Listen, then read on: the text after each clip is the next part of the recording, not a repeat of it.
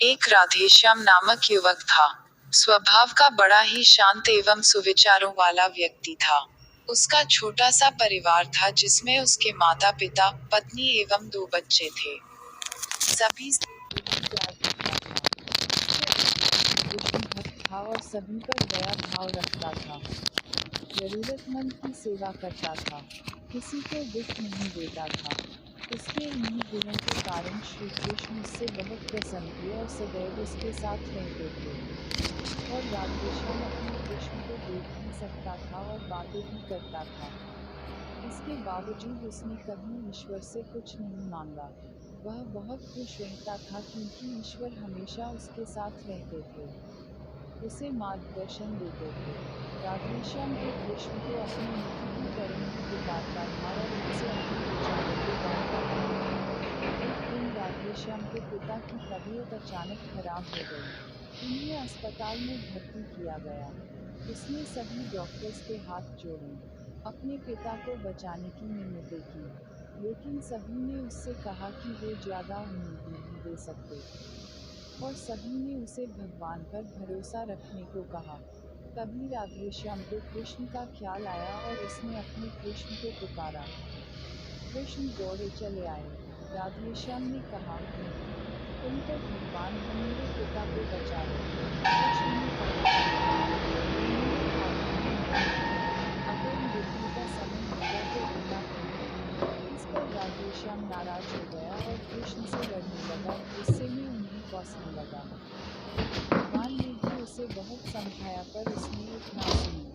तब भगवान कृष्ण ने उससे कहा, मित्र, मैं तुम्हारी मदद कर सकता हूँ, लेकिन इसके लिए तुम्हें एक कार्य करना होगा। राधेश्याम ने तुरंत पूछा, कैसा कार्य? कृष्ण ने कहा, तुम्हें किसी एक घर से मुट्ठी भर ज्वार लानी होगी और ध्यान रखना होगा कि उस परिवार में कभी किसी की मृत्यु न हुई हो। राधेश्याम झट से हाँ बोलकर तलाश में निकल गया। उसने कई दरवाजे खटखटाए। हर घर में ज्वार तो होती, लेकिन ऐसा कोई नहीं होता जिनके परिवार में किसी की मृत्यु न हुई हो। किसी का पिता, किसी का दादा, किसी का भाई, माँ, काकी या बहन। 2 दिन तक भटकने के बाद भी राधेश्याम को ऐसा एक भी घर नहीं मिला।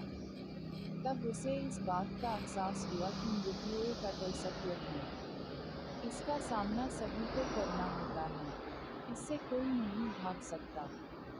और वो अपने व्यवहार के लिए कृष्ण से क्षमा मांगता है और निर्णय लेता है, जब तक उसके पिता जीवित हैं उनकी सेवा करेगा।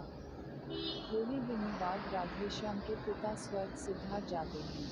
उसे दुख तो होता है, लेकिन ईश्वर की दी उस सीख के कारण उसका मन शांत रहता है। दोस्तों, इसी प्रकार हम सभी को इस सच को स्वीकार करना चाहिए कि मृत्यु एक अटल सत्य है, उसे नकारना मूर्खता है।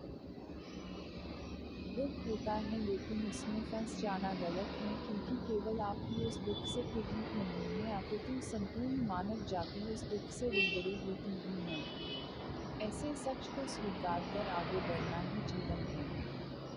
कई बार हम अपने किसी खास के चले जाने से इतने बेबस हो जाते हैं कि सामने खड़ा जीवन और उससे जुड़े लोग हमें दिखाई ही नहीं पड़ते।